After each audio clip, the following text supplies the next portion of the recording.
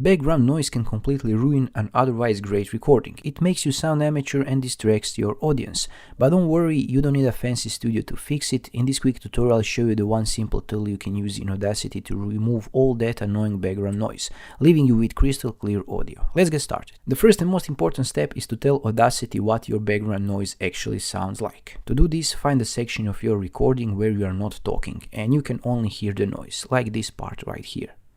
Using your selection tool, highlight just a few seconds of this pure noise. We are creating a noise profile for the program to recognize. Now that we have our profile, go up to the Effect menu and click on Noise Reduction. A window will pop up. You'll see a two-step process. In step 1, click the button that says Get Noise Profile. Audacity will now analyze the selection we just made. Now highlight your entire audio track because we want to remove that noise from everything. Go back to Effect menu, select Noise Reduction again. This time we are in a step 2.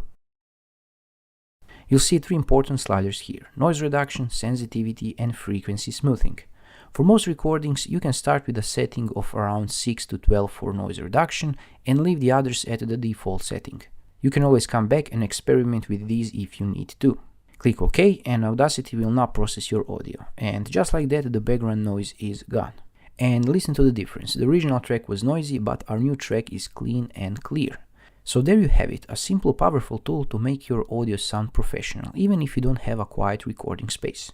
If you found this tutorial helpful, hit that like button and subscribe for more tips on making your videos and audio sound great. And if you want to learn the next step, how to make your voice sound richer and warmer, check out this video right here. Thanks for watching and I'll see you in the next one.